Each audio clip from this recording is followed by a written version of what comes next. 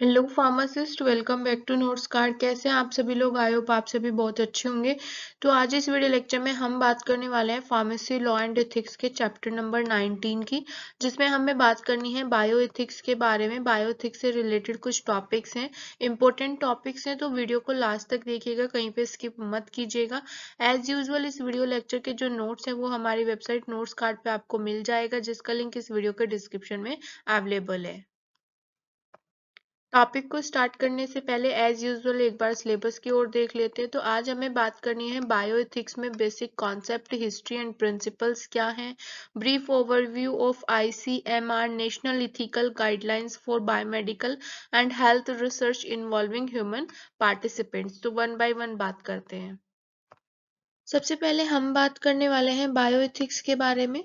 तो बायो का मतलब यहाँ पे क्या है, लाइफ से है, और इथिक्स मतलब यानी कि जो भी इथिकल रूल रेगुलेशन रहते हैं, चाहे आप हेल्थ केयर सर्विस में हो या फिर आप कोई रिसर्च एक्टिविटी कर रहे हैं या फिर कोई हेल्थ केयर पॉलिसीज आप यूज कर रहे हैं, तो उससे रिगार्डिंग हर पर्टिकुलर फील्ड का अपना एक इथिक्स जनरेट होता है। तो आज हम बात करने वाले हैं लाइफ से रिलेटेड क्या क्या इथिक्स होना चाहिए जब आप कोई रिसर्च एक्टिविटी करते हैं या फिर कोई हेल्थ केयर डिलीवरी आप कर रहे हैं या फिर कोई हेल्थ केयर पॉलिसी आप कर रहे हैं। ठीक है, तो बायो एथिक्स जो है वो इंटरडिसिप्लिनरी फील्ड है, जिसमें हम स्टडी करते हैं इथिकल, एग्जामिन्स करते हैं सोशल लीगल इम्प्लीकेशंस को, जब भी हम कोई बायोमेडिकल रिसर्च करते हैं, हेल्थ केयर डिलीवरी हम करते हैं या फिर हेल्थ केयर पॉलिसी में।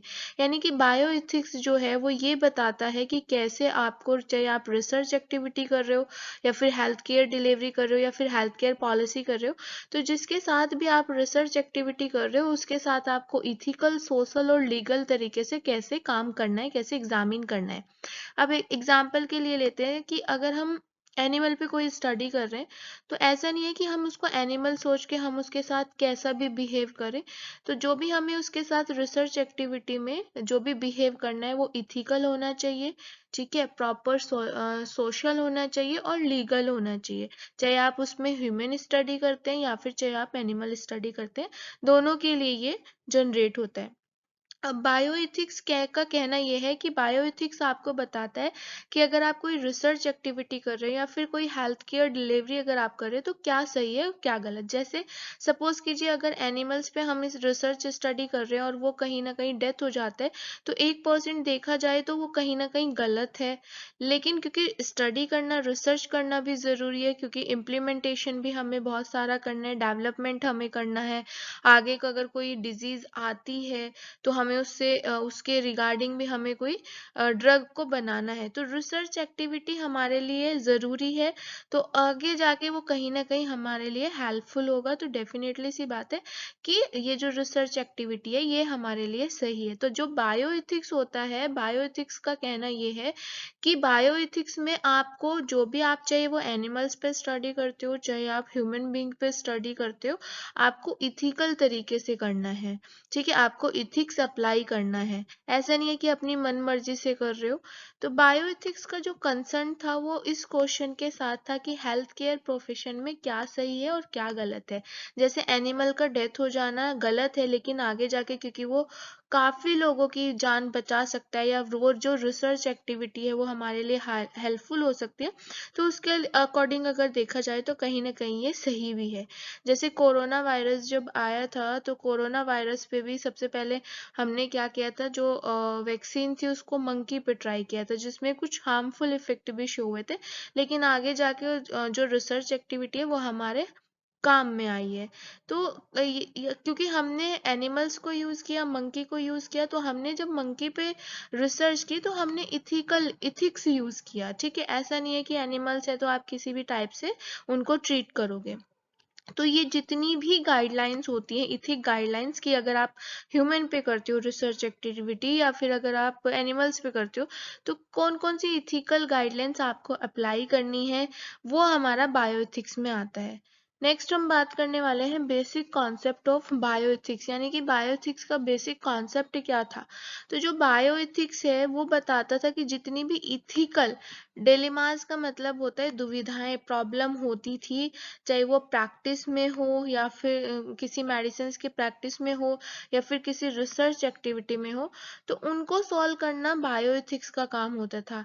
यानी कि बायोएथिक्स देखता है कि आगे अगर कोई भी रिसर्च एक्टिविटी करते हैं तो क्या क्या इथिकल डायलमास यानी कि क्या क्या इथिकल प्रॉब्लम्स आ सकती हैं।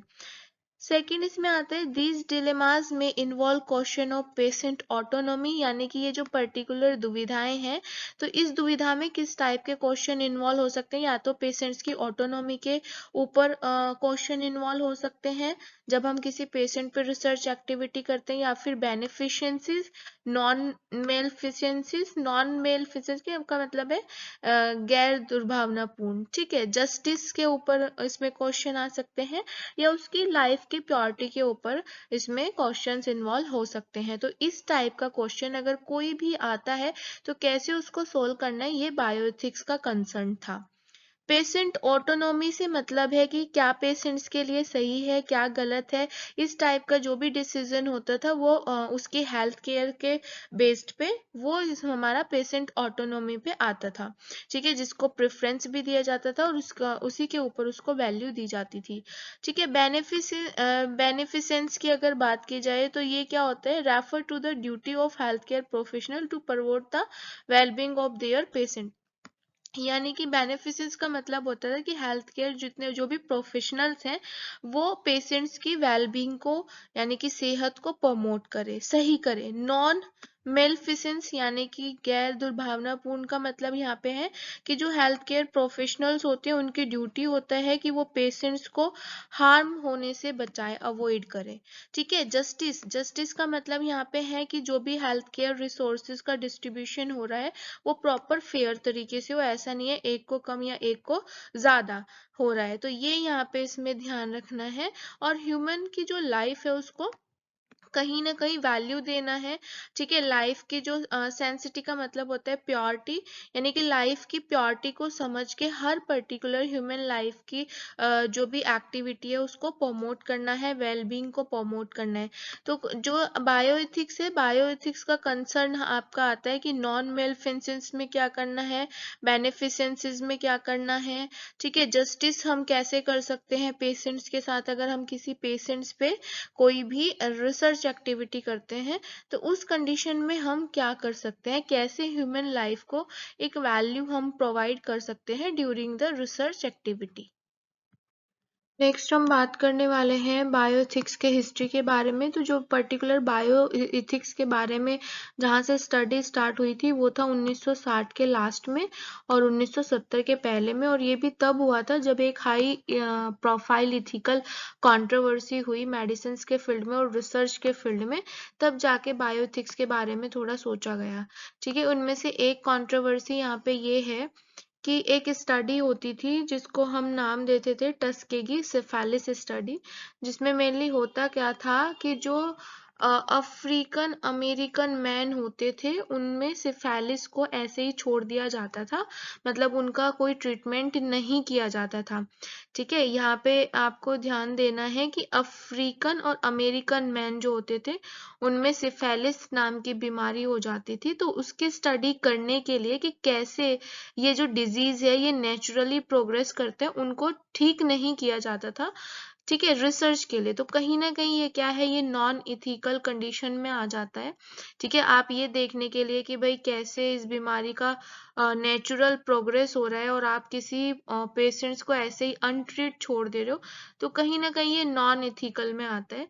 तो इस कंट्रोवर्सी के बाद क्या हुआ था, बायोएथिक्स जनरेट हुआ था, ठीक है। तो ये कहीं ना कहीं अनइथिकल ट्रीटमेंट है, इस टाइप का जो भी क्रिटिसाइज्ड है डेफिनेटली सी बात है, और अनइथिकल ट्रीटमेंट है, ठीक है, किसी भी पर्टिकुलर पॉपुलेशन के लिए।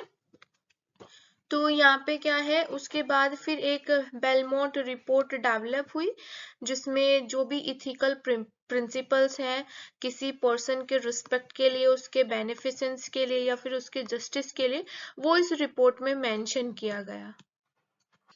नेक्स्ट हम बात करने वाले हैं प्रिंसिपल ऑफ बायोएथिक्स। जो बायोएथिक्स का प्रिंसिपल होता था वो इथिकल कंसिडरेशन के ऊपर बेस्ड होता था, जो भी during the practice of medicine या फिर किसी रिसर्च एक्टिविटी के ड्यूरिंग होता था।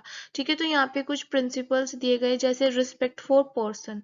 तो जब भी आपका क्या है कि जब अगर आप किसी ह्यूमन पर्सन पे आप कोई भी रिसर्च एक्टिविटी करते हैं तो उसको प्रॉपर तरीके से अगर आपको जो ट्रीटमेंट करना है वो प्रॉपर डिग्निटी, प्रॉपर रिस्पेक्ट से करना है, उसका ऑटोनॉमी और उसका फ्रीडम का आपको ध्यान रखना है। ठीक है, तो ये पर्टिकुलर क्या होना चाहिए, रिस्पेक्ट होना चाहिए पर्सन में। ऐसा नहीं कि आप किसी पर्सन पे अगर रिसर्च एक्टिविटी कर रहे हैं तो आप उसको अपने अकॉर्डिंग आप उसको यूटिलाइज करेंगे। सेकंड इसमें है बेनिफिशेंसीज।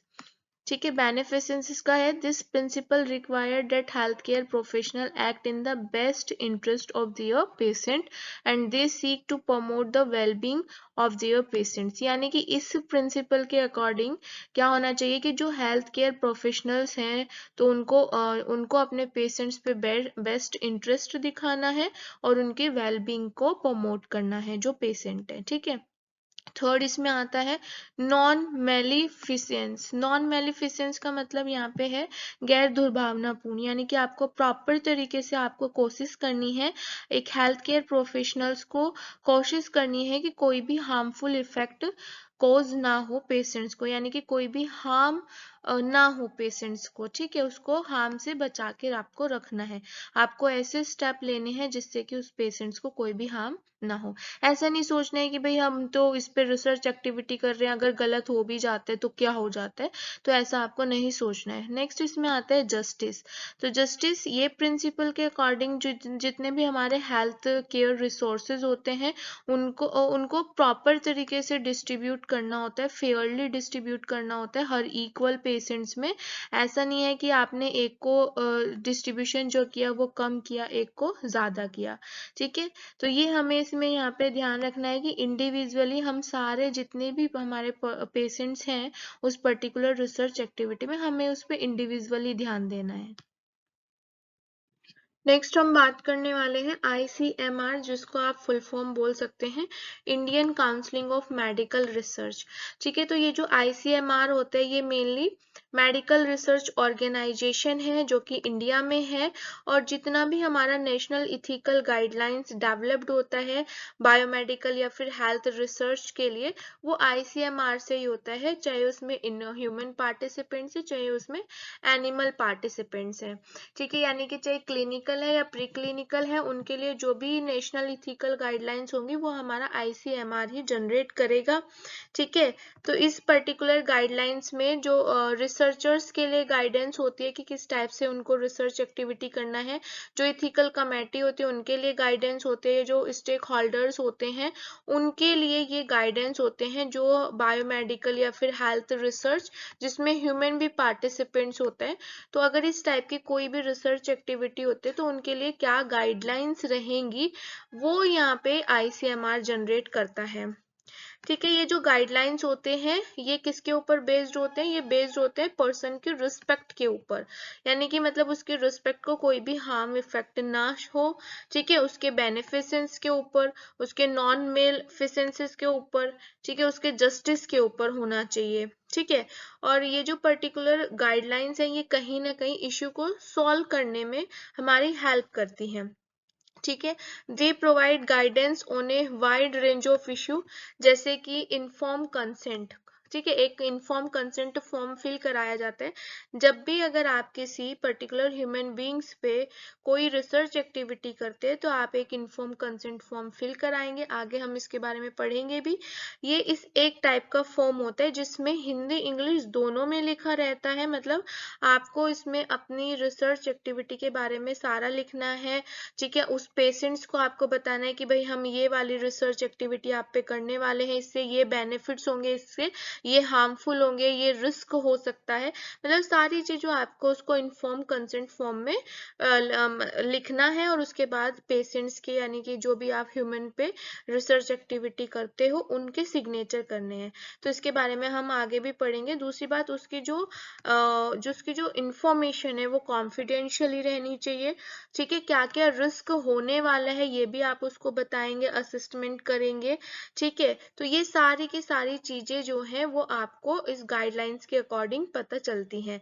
ठीक है, किस टाइप से आपको ह्यूमन पे रिसर्च एक्टिविटी करना है, क्या क्या चीजें को, क्या क्या इथिक्स को आपको मेंटेन करके चलना है। नेक्स्ट हम बात करने वाले हैं इन्फॉर्म कंसेंट। इन्फॉर्म कंसेंट क्या होता है? ये एक टाइप का फॉर्म होता है जिसमें आपको अपनी पर्टिकुलर रिसर्च एक्टिविटी से रिलेटेड सारी चीज़ों को मेंशन करना होता है और जो ह्यूमन पार्टिसिपेंट्स आप ले रहे हो उसको वो सारी चीज़ें बतानी होती है। इसमें क्या होता है, मेनली हिंदी इंग्लिश में भी मेंशन होता है, यानी कि हमें उस लैंग्वेज में उसको मेंशन करना है जो पार्टिसिपेंट हमारा इजी तरीके से समझ सके, और इस पे सिग्नेचर होते हैं। इस पे बिना सिग्नेचर के आप किसी भी पर्टिकुलर ह्यूमन पार्टिसिपेंट को यूज नहीं कर सकते। ठीक है, तो ये भी क्या है, एक इम्पोर्टेंट प्रिंसिपल है बायोमेडिकल में और हेल्थ रिसर्च में, जिसमें हम ह्यूमन को पार्टिसिपेंट कर रहे हैं, नॉट एनिमल्स को। यानी कि जो इन्फॉर्म कंसेंट फॉर्म होता है ये उन रिसर्च एक्टिविटी में होते हैं जिसमें हम ह्यूमन को पार्टिसिपेट करते हैं। ठीक है, इन्फॉर्म का मतलब यहाँ पे क्या है, इंफॉर्मेशन होना, और कंसेंट फॉर्म। ठीक है, inform consent is a process by which participants are provided with information about the research. यानी कि ये क्या है, इन्फॉर्म कंसेंट जो है वो एक टाइप की प्रोसेस है जिसमें हम इंफॉर्मेशन प्रोवाइड करते हैं पार्टिसिपेंट्स को, अपनी रिसर्च के बारे में बताते हैं, उसका पर्पस बताते हैं, उसके मेथड बताएंगे कि भाई किस टाइप से हम ये करने वाले हैं, उसके रिस्क फैक्टर बताएंगे और उसके बेनिफिट्स भी बताएंगे, and are given the opportunity to ask question. उसके बाद आप उसको जो भी हमारा पार्टिसिपेंट्स है, ह्यूमन पार्टिसिपेंट्स, उसको अपॉर्चुनिटी देंगे कि अगर उसके कोई क्वेश्चन है तो वो क्या कर सकता है, पूछ सकता है, और उसके बाद ही वो प्रॉपर डिसीजन ले। ठीक है, उसको उसमें पार्टिसिपेट करना है या नहीं करना है। तो सबसे पहले ये सारी चीजें उसको बताई जाती हैं, मेंशन की जाती हैं, उसके बाद ही फिर जो भी ह्यूमन पार्टिसिपेंट है उससे पूछा जाता है कि वो एग्री है या नहीं है। ठीक है, The ICMR guidelines emphasize the importance of obtaining informed consent from participant in biomedical and health research। यानी कि जो ICMR गाइडलाइंस है वो भी क्या करते हैं, इम्फेसाइज करता है कहीं ना कहीं, क्योंकि ये क्या है, मतलब डेफिनेटली सी बात है, इम्पोर्टेंट फैक्टर है। ठीक है, जो इन्फॉर्म कंसेंट फॉर्म है वो पार्टिसिपेंट्स के लिए क्या है, इम्पोर्टेंट है। ठीक है, वो हमारे बायोमेडिकल और रिसर्च एक्टिविटी के लिए भी इम्पोर्टेंट है। They require that the consent process be conducted in a language that the participants understand। यानी कि ये जो कंसेंट प्रोसेस होता है ये उस लैंग्वेज में कंडक्ट किया जाता है जो पार्टिसिपेंट्स को समझ में आए, चाहे वो हिंदी है इंग्लिश है। वैसे जो इन्फॉर्म कंसेंट फॉर्म होते हैं, अगर हॉस्पिटल्स में किसी ने ट्रेनिंग की है या रिसर्च एक्टिविटी की है तो ये हिंदी इंग्लिश दोनों में होते हैं, जिससे कि वो जो भी रिलेटेड स्टडी रिलेटेड जितनी भी इंफॉर्मेशन है वो सही तरीके से, इजी तरीके से अंडरस्टैंड कर सके, समझ सके। नेक्स्ट हमारे पास आता है कॉन्फिडेंशियलिटी एंड प्राइवेसी। देखिए, अगर हम किसी ह्यूमन को पार्टिसिपेट कर रहे हैं अपनी रिसर्च एक्टिविटी में, तो हमारा ये काम है, हमारा ये एक इथिक्स है कि हम उसकी जो भी जर्नल इंफॉर्मेशन है उनको कॉन्फिडेंस तरीके से रखें और प्राइवेसी में रखें। ठीक है, तो जो अनदर प्रिंसिपल है बायोमेडिकल में या फिर हेल्थ रिसर्च में, वो है ह्यूमन पार्टिसिपेंट्स की जो भी जर्नल इंफॉर्मेशन है उसको कॉन्फिडेंशियली रखें और प्राइवेसी में रखें। ठीक है, the ICMR guidelines require that participants confidentiality. ठीक है, ऐसा नहीं है कि आप जगह जगह बताते घूम रहे हैं कि भाई इस पे हम ये रिसर्च एक्टिविटी कर रहे हैं, ये कर रहे हैं, and privacy be protected through out the research process. ठीक है, आपको उसको प्राइवेसी में रखना है, प्रोटेक्ट करके रखना है। Researcher must take step to ensure that participants personal information is keep confidential and that their privacy is respected. यानी कि रिसर्चर्स को इस बात का ध्यान रखना चाहिए कि उसकी जो भी पर्सनल इंफॉर्मेशन है वो कॉन्फिडेंस तरीके से रहे और उसके जो प्राइवेसी है उसकी रिस्पेक्ट की जाए। ठीक है, ह्यूमन रिस्पेक्ट बहुत जरूरी है। उसके बाद they must also obtain participant permission before using their personal information for any other purpose. यानी कि अगर आप पर्सन की, यानी कि अगर जो ह्यूमन बीइंग है उसकी अगर पर्सनल इंफॉर्मेशन आप किसी अदर पर्पज के लिए यूज करना चाह रहे हैं तो एक बार पार्टिसिपेंट से परमिशन ले लें, उसे बता दें कि भाई हम कर सकते हैं या नहीं। तो ये क्या है, जर्नल इथिक्स है जो हम किसी भी रिसर्च एक्टिविटी में करते हैं। ऐसे ही आपका एनिमल्स में भी होता है। ह्यूमंस में हम सारी चीजें उसको बताते हैं, एनिमल्स में अगर आप कोई रिसर्च एक्टिविटी करते हो तो आप एनिमल्स को ऐसे प्रिटेंड करते हो, मतलब उसको ऐसे हैंडल करोगे कि भाई वो भी क्या है, एक उसके अंदर भी एक जान है। ठीक है, तो कहीं ना कहीं जब भी हम एनिमल्स पे भी अगर स्टडी करते हैं तो हम इथिक्स का ध्यान रखते हैं। ऐसा नहीं कि भाई एनिमल्स सोच के आप किसी भी तरीके से उसे ट्रीट कर रहे हो, उसे खाना नहीं दे रहे हो, एकदम से आपने मेडिसिन दे दी।